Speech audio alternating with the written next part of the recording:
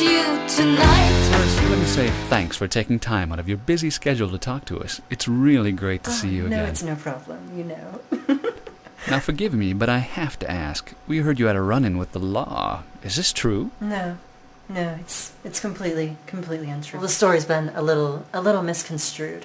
What happened was, I was driving, and, you know, of course, when you're out driving and you're, you know, just starting to be in the public's consciousness, you know, you're visible as a film actress, you know, of course, paparazzi are going to hound you. So, you know, it's the old story. I was being followed by paparazzi, only I'm not the kind of celebrity who'll just allow that, you know, just sit back and allow myself to be hounded. I did call the police on them, but in the interim, I did start to speed a little bit.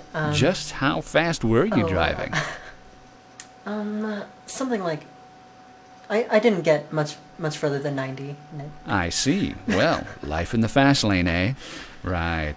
Yeah, so, a few of them were arrested for stalking. Now, you've just got done with a new movie. We hear the director is kind of a maniac. What's he really like? Oh, well, there's, like everything in Hollywood, there's a lot of misconceptions about David. Season 3 is a film about film itself, and David knew what he wanted from the very beginning of the shoot, and he wasn't going to let any of us silly actors, you know, compromise that.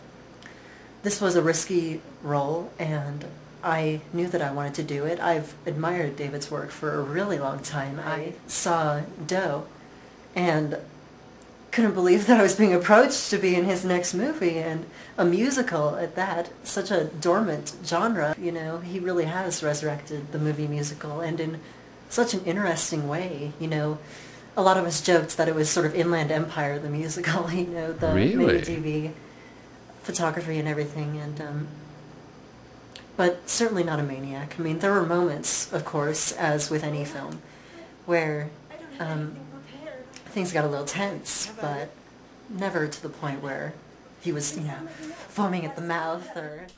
I see. Well, we heard there were some rocky moments on the set. Do you care to elaborate? Well, there's nothing inordinately rocky about anything that happened. I'm not sure why there's so much emphasis on it in this particular movie. David didn't do anything abnormal for any director who's trying to achieve a very specific vision. There is a scene in the film, though, where the character who's sort of David's surrogate, Pierre, is directing a film with my character, Amy. And Amy is sort of reticent about doing this scene because it's a nude scene.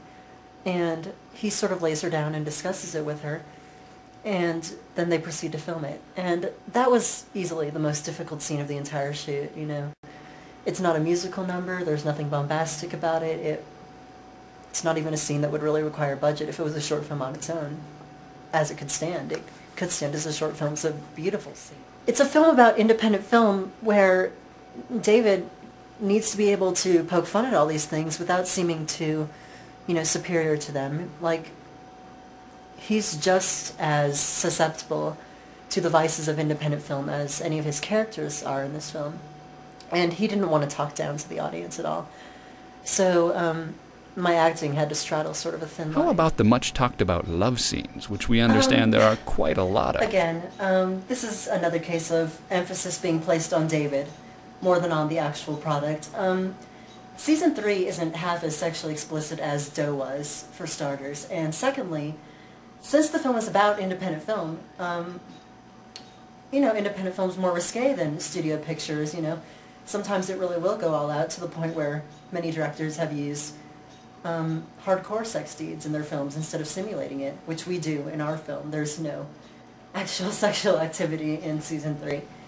But, yes, there's a lot of love scenes. You have to convey, you know, that side of independent film. You know, so many films concern themselves with sexuality, and sometimes to a sort of, you know, self-parodic extent, you know.